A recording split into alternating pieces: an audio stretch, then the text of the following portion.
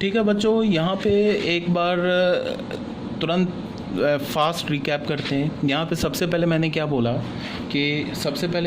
कि हमारे पास 3 equations given था और तीनों को हमने मैनिपुलेट करके delta x1 is equal to delta 1 लाए, फिर डेल्टा x1 नहीं delta y is equal to delta 2 and delta z is equal to delta 3 ये ले आए। उसके बाद मैंने क्या बोला, केस 1 मैंने लिया था कि if delta is not equal to 0, इस केस में क्या था, यूनिक सॉल्यूशन था। इस केस में क्या था, यूनिक सॉल्यूशन कंसिस्टेंट था। यहाँ से हमने x का वैल्यू क्या बोल दिया, डेल्टा 1 अपॉन डेल्टा, y का वैल्यू हमने क्या बोला, delta 2 upon delta, and z का वैल्यू क्या बोला हमने, डेल्टा 3 अपॉन डेल्टा। ठीक है, इस केस में अगर तुम प्लेन वाइज डिस्कस करोगे तो प्लेन में क्या हो रहा होगा कि तीनों प्लेन नॉन पैरेलल होगा। ठीक है, और ऐसा हो रहा होगा कि एक प्लेन ऐसा, दूसरा प्लेन ऐसा, ठीक है, और तीसरा प्लेन ऐसे कट करेगा। तो एक पॉइंट पर कट करेगा, इस पॉइंट पर कट करेगा। तो जिस पॉइंट पर कट करेगा वो एक ही पॉइंट होगा जो तीनों प्लेन में कॉमन होगा। तो इस केस में क्या हो जाएगा, सिस्टम कंसिस्टेंट हो जाएगा, यूनिक सॉल्यूशन हो जाएगा। ठीक है, ये तो उसके बाद मैंने ये पैरेलल वाला बताया, फिर से एक बार, कई बार बोल दिया, तुम लोग भी शायद बोर हो रहे होगे कि एक ही बात को सर बार बार बोल रहे हैं, बट इंपॉर्टेंट है, जो बच्चों को नहीं समझ में आया उसके लिए बता रहा हूँ। सेकंड केस में हमने क्या बोला कि ये कोइंसिडेंट के लिए बताया। थर्ड केस में क्या बोला कि तीनों प्लेन्स पैरेलल एंड डिस्टिंक्ट हो गया, इस केस में डेल्टा i 0 हो गया। ठीक है, सिस्टम इनकंसिस्टेंट हो गया, नो सॉल्यूशन हो गया। फोर्थ केस में क्या बोला, any 2 of the 3 plane are parallel, कोई भी 2 प्लेन पैरेलल होगा एंड डिस्टिंक्ट होगा, and the third plane is non parallel, मतलब 2 प्लेन ऐसे पैरेलल हो गया, पैरेलल एंड डिस्टिंक्ट, और जो तीसरा प्लेन है, मान लो ये पहला 2 प्लेन हो गया, अब ये तीसरा प्लेन ऐसे कट करेगा। तो इस केस में क्या हो जाएगा, ऑब्वियस ही बात है, कोई भी पॉइंट तीनों प्लेन पे कॉमन नहीं होगा, तो सिस्टम ऑफ इक्वेशन इनकंसिस्टेंट हो जाएगा, नो सॉल्यूशन होगा। इस केस में डेल्टा 0 हो जाएगा और any one of delta is not 0 हो जाएगा। ठीक है, ये हमारा 4th पॉइंट हो गया।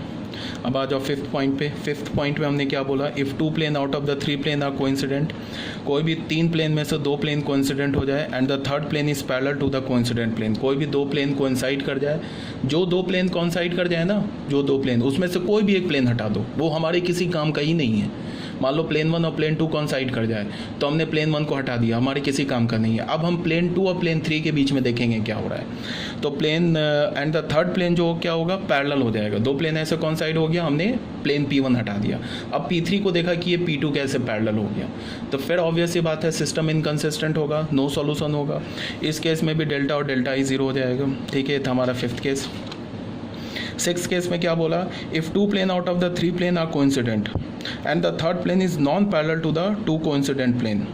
अब क्या हो जाएगा, 2 प्लेन जो होगा 3 प्लेन के ऐसे कोइंसाइड हो जाएगा, और थर्ड प्लेन जो होगा वो ऐसे नॉन पैरेलल हो जाएगा। 2 प्लेन तो कोइंसाइड कर गया, 2 प्लेन कोइंसाइड कर गया, तो एक प्लेन हटा दिया। अब जो थर्ड प्लेन ऐसे कोइंसाइड, ये नॉन पैरेलल हो गया, तो नॉन पैरेलल होगा, उस केस में क्या होगा, सिस्टम ऑफ इक्वेशन कंसिस्टेंट हो जाएगा and have infinitely many solution. ठीक है, यहाँ भी बता दिया। अब जो कंसिस्टेंट होगा, इन्फिनाइटली मेनी सॉल्यूशन एक लाइन पर होगा, तो सिंगल पैरामीटर से हम उसके सॉल्यूशन को लिख सकते हैं। 7th केस में क्या होगा, if all the 3 planes are coincident, तीनों प्लेन क्या हो जाए, कोइंसिडेंट हो गया, पहला प्लेन भी, दूसरा प्लेन भी, तीसरा प्लेन भी। तो 3 में से कोई भी 2 प्लेन हटा दो, एक प्लेन तुम उठा लो। अब एक प्लेन को तुम क्या करो कि x y z 3 वेरिएबल्स हैं, किसी भी 2 वेरिएबल्स को अल्फ़ा बीटा मान लो, और तीसरे वेरिएबल को अल्फ़ा बीटा के टर्म में लिख लो, तो हमारा सॉल्यूशन आ जाएगा। इस केस में जो हमारे पास कितने पैरामीटर्स होंगे, 2 पैरामीटर्स होंगे। क्यों होंगे, बिकॉज जो सॉल्यूशन आ रहा है वो प्लेन पर आ रहा है। ठीक है, इसके बाद हमने बताया कोएक्सियल प्लेन। कोएक्सियल प्लेन में मैंने क्या बोला कि तीनों प्लेन से एक लाइन ऑफ इंटरसेक्शन से पास करेंगे। इस केस में डेल्टा और डेल्टा i सब 0 हो जाएगा, सिस्टम ऑफ इक्वेशन कंसिस्टेंट होगा, infinitely many solution single parameter में होगा, क्योंकि इन्फिनाइटली मेनी सॉल्यूशन लाई कर रहा है। इसको हम कैसे चेक करेंगे कि तीनों प्लेन्स आपस में नॉन पैरेलल होगा। ठीक है, फिर भी डेल्टा 0 हो जाएगा। अगर तीनों प्लेन्स आपस में नॉन पैरेलल हो जाए, फिर भी डेल्टा 0 हो जाए, तो फिर तुम क्या बोलोगे कि 2 पॉसिबिलिटी हो सकती है। अगर तीनों प्लेन नॉन पैरेलल हो जाए और फिर भी डेल्टा 0 हो जाए, तो 2 पॉसिबिलिटी हो सकती है। पहली पॉसिबिलिटी क्या, कि तीनों प्लेन एक लाइन से पास कर रहा हो। ठीक है, दूसरी पॉसिबिलिटी क्या, कि कोई भी 2 प्लेन एक लाइन पे इंटरसेक्ट कर रहा हो, और तीसरा प्लेन उस लाइन के पैरेलल हो जाए। तो इसको हम कैसे डिफ्रेंशिएट करेंगे कि कौन सी पॉसिबिलिटी है, उसके लिए मैंने ये बताया कि अगर d3 lambda times d1 plus mu times d2 के इक्वल हो जाए, तो ये हमारा कोएक्सियल प्लेन हो जाएगा। ठीक है। कोएक्सियल प्लेन का मतलब तीनों प्लेन लाइन ऑफ इंटरसेक्शन से पास करेगा। इसमें भी डेल्टा 1, डेल्टा 2, डेल्टा 3 सब जीरो हो जाएगा और सिस्टम कंसिस्टेंट हो जाएगा। सिंगल पैरामीटर में हमें इन्फिनाइट सॉल्यूशन मिल जाएगा। फिर मैंने क्या बताया 9th केस में कि सारे प्लेन जो होंगे, तीनों प्लेन वो नॉन पैरेलल होंगे, ठीक है। डेल्टा 0 होगा तो होगा क्या कि कोई भी दो प्लेन के लाइन ऑफ इंटरसेक्शन से तीसरा प्लेन पास कर रहा होगा। इसको हम कैसे डिफ्रेंशिएट करेंगे? इस केस में हमने क्या बोला कि जो कांस्टेंट टर्म होगा ना थर्ड प्लेन का, वो पहले दो प्लेन के लैम्डा टाइम्स या बीटा गामा टाइम्स नहीं होगा। तो हम लोग समझ जाएंगे कि ये वाली पॉसिबिलिटी चल रही है। तो इस केस में क्या होगा? सिस्टम ऑफ इक्वेशन इनकंसिस्टेंट होगा एंड हैव नो सॉल्यूशन होगा। बहुत हो गया, ठीक है।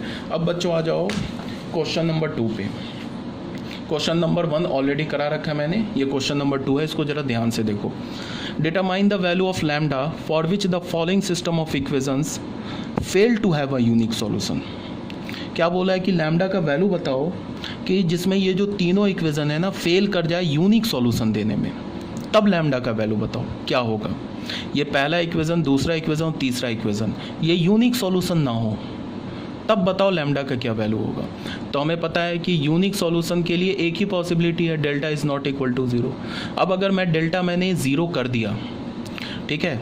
अब आगे क्या बोला है? Does it have any solution for this value of lambda.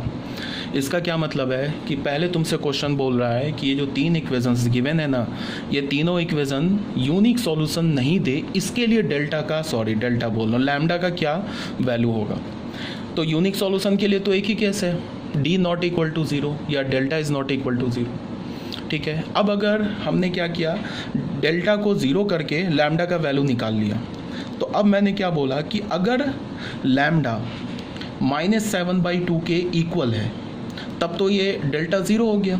तो अगर ये लैम्डा -7/2 के इक्वल है तो क्या हो गया? डेल्टा 0 हो गया। अब अगर डेल्टा 0 हो गया तो यूनिक सॉल्यूशन तो नहीं होगा, ठीक है ना। बिकॉज यूनिक सॉल्यूशन कब होता है? जब डेल्टा नॉट इक्वल टू 0 हो। तो अगर लैम्डा का वैल्यू -7/2 होगा तब तो हम गारंटी के साथ बोलेंगे कि यूनिक सॉल्यूशन तो नहीं होगा। क्यों नहीं होगा? बिकॉज डेल्टा हमारा 0 हो गया, ठीक है। अब अगर डेल्टा बार बोल रहा हूँ, सॉरी, डेल्टा नहीं है लैम्डा अगर -7/2 हो जाएगा तो यूनिक सॉल्यूशन नहीं होगा। अब अगर लैम्डा का वैल्यू मैंने -7/2 ले लिया तो फिर दो पॉसिबिलिटी हो सकती है कि यहाँ पे लैम्डा का वैल्यू मैंने -7/2 रखा, तो ये जो तीन इक्वेशंस आएगा ना, जो कांस्टेंट के टर्म में आएगा तीन इक्वेशन, ये कंसिस्टेंट भी हो सकता है हैविंग नो सॉल्यूशन, और कंसिस्टेंट भी हो सकता है हैविंग इन्फिनाइटली मेनी सॉल्यूशन, और इनकंसिस्टेंट भी हो सकता है हैविंग नो सॉल्यूशन। बात समझ रहे हो ना? अगर लैम्डा का वैल्यू -7/2 रखा तब तो यूनिक सॉल्यूशन नहीं होगा। अब अगर मैंने लैम्डा का वैल्यू -7/2 ले लिया तब तो यूनिक सॉल्यूशन नहीं होगा। क्यों नहीं होगा? बिकॉज डेल्टा 0 आ जाएगा, डेल्टा 0 होगा तो यूनिक नहीं होगा। बट अगर लैम्डा का वैल्यू मैंने -7/2 रख दिया तब तो डेल्टा 0 आ जाएगा। अब डेल्टा 0 आ जाएगा तो फिर दो पॉसिबिलिटी हो सकता है, या तो नो सॉल्यूशन इनकंसिस्टेंट, या तो इन्फिनाइटली मेनी सॉल्यूशन कंसिस्टेंट। इसी बात को यहाँ पे पूछ रहा है, does it have any solution for this value of lambda. मतलब क्या बोल रहा है कि अगर तुमने लैम्डा का वैल्यू -7/2 रखा तो ये सिस्टम क्या इन्फिनाइटली मेनी सॉल्यूशन देगा? बिकॉज यूनिक सॉल्यूशन तो डिस्कार्ड हो गया पहले ही। अब दो ही चीज़ हुआ, या तो इनकंसिस्टेंट या तो इन्फिनाइटली मेनी सॉल्यूशन। तो उसके लिए हम चेक करेंगे। लैम्डा का वैल्यू मैंने -7/2 रखा, फर्स्ट इक्वेशन में रखा, और थर्ड इक्वेशन में भी लैम्डा है वो उठा के रख दिया। तो हमें देखो ये फोर्थ इक्वेशन मिल गया, फिफ्थ इक्वेशन मिल गया, सिक्स्थ इक्वेशन मिल गया, ठीक है। यहाँ पे क्या मैंने बोला, clearly none of the planes represented by the equation 4, 5 and 6 are parallel to each other and delta is equal to 0। देखो पहला प्लेन दूसरा प्लेन, देखो x का कॉफिशेंट 7 आया और y का कॉफिशेंट -3 आया, तो यहीं पे a1/a2 not equal to b1/b2 हो गया। तो इसका मतलब फोर्थ इक्वेशन और फिफ्थ इक्वेशन आपस में नॉन पैरेलल हो गया। अब सिक्स्थ इक्वेशन, इसको देख लो, 1/2 आया x का कॉफिशेंट और 1/7 आया x का कॉफिशेंट, और यहाँ से क्या आया, फिफ्थ और सिक्स से 1 आया y का कॉफिशेंट। तो ये फिफ्थ और सिक्स भी नॉन पैरेलल है। इसका मतलब 4, 5th एंड 6 नॉन पैरेलल है, फिर भी डेल्टा 0 है। समझ रहे हो ना बात को? Fourth plane, fifth plane and sixth plane non parallel है, फिर भी डेल्टा 0 है, ठीक है। इसका मतलब फिर दो पॉसिबिलिटी हो सकती है, या तो कोएक्सियल प्लेन होंगे, ठीक है, मतलब कोएक्सियल बोलने का मतलब ये जो फोर्थ प्लेन, फिफ्थ प्लेन और सिक्स प्लेन एक लाइन से पास करेंगे, या तो ऐसा होगा कि किसी भी दो प्लेन, फोर्थ फिफ्थ सिक्स के किसी भी दो प्लेन के लाइन ऑफ इंटरसेक्शन से तीसरा प्लेन पैरेलल हो जाएगा। अगर fourth fifth six coaxial plane है तब तो इन्फिनाइटली मेनी सॉल्यूशन होगा, और अगर किसी भी दो प्लेन के लाइन ऑफ इंटरसेक्शन से तीसरा प्लेन पास कर जाए, तीसरा प्लेन उस लाइन ऑफ इंटरसेक्शन के पैरेलल हो जाए, तो फिर क्या हो जाएगा, inconsistent and have no solution. Check कैसे करेंगे वो ऑलरेडी मैंने बता रखा है। डेल्टा ज़ीरो है और यहाँ पे ये तीनों प्लेन नॉन पैरेलल है, तो यहाँ पे मैंने क्या बोला, या तो कोएक्सियल प्लेन होगा उसके लिए ये कंडीशन चेक कर लेंगे, या तो नॉन कोएक्सियल प्लेन होगा उसके लिए कंडीशन चेक कर लेंगे। ठीक है, अगर ऐसा हो गया तो infinitely many solution in one parameter consistent हो जाएगा, अगर ऐसा हो गया तो inconsistent and have no solution. ठीक है, तो यहाँ पे हमने शुरू कर दिया यहाँ पे करना। सबसे पहले हमने क्या किया, यहाँ पे हमने क्या किया कि इस फोर्थ और फिफ्थ को ना, ठीक है, यहाँ पे हमने फोर्थ इक्वेशन को लैम्डा से मल्टीप्लाई किया और फिफ्थ इक्वेशन को हमने, हमारा फिफ्थ इक्वेशन क्या है, ठीक है, फोर्थ इक्वेशन को हमने क्या किया, लैम्डा से मल्टीप्लाई किया, फिफ्थ इक्वेशन को हमने म्यू से मल्टीप्लाई किया और सिक्स्थ इक्वेशन के कोफिशिएंट से इक्वेट कर दिया। मतलब कि हमने क्या किया कि फोर्थ को लैम्डा से मल्टीप्लाई किया, फिफ्थ को म्यू से मल्टीप्लाई किया और सिक्स्थ प्लेन के से इक्वेट कर दिया। तो यहाँ से इक्वेट करने के बाद क्या होगा, अगर तुम इसको लैम्डा से मल्टीप्लाई करोगे और उसके बाद एक्स का कोफिशिएंट इक्वेट करोगे, फोर्थ को लैम्डा से, फिफ्थ को म्यू से और एक्स के कोफिशिएंट को इक्वेट करोगे, तो हमें क्या मिल जाएगा, हमें मिल जाएगा पहला इक्वेशन क्या होगा, lambda 7 lambda plus mu is equal to 7। देख लो इसको हो जाएगा ना यहाँ से 7 lambda plus mu is equal to 7, और फिर क्या हो गया हमारे पास -6 lambda plus 2 mu is equal to 2 आ गया। तो इस दो इक्वेशन को तुम यूज़ करके क्या करोगे, लैम्डा और म्यू का वैल्यू निकाल लो।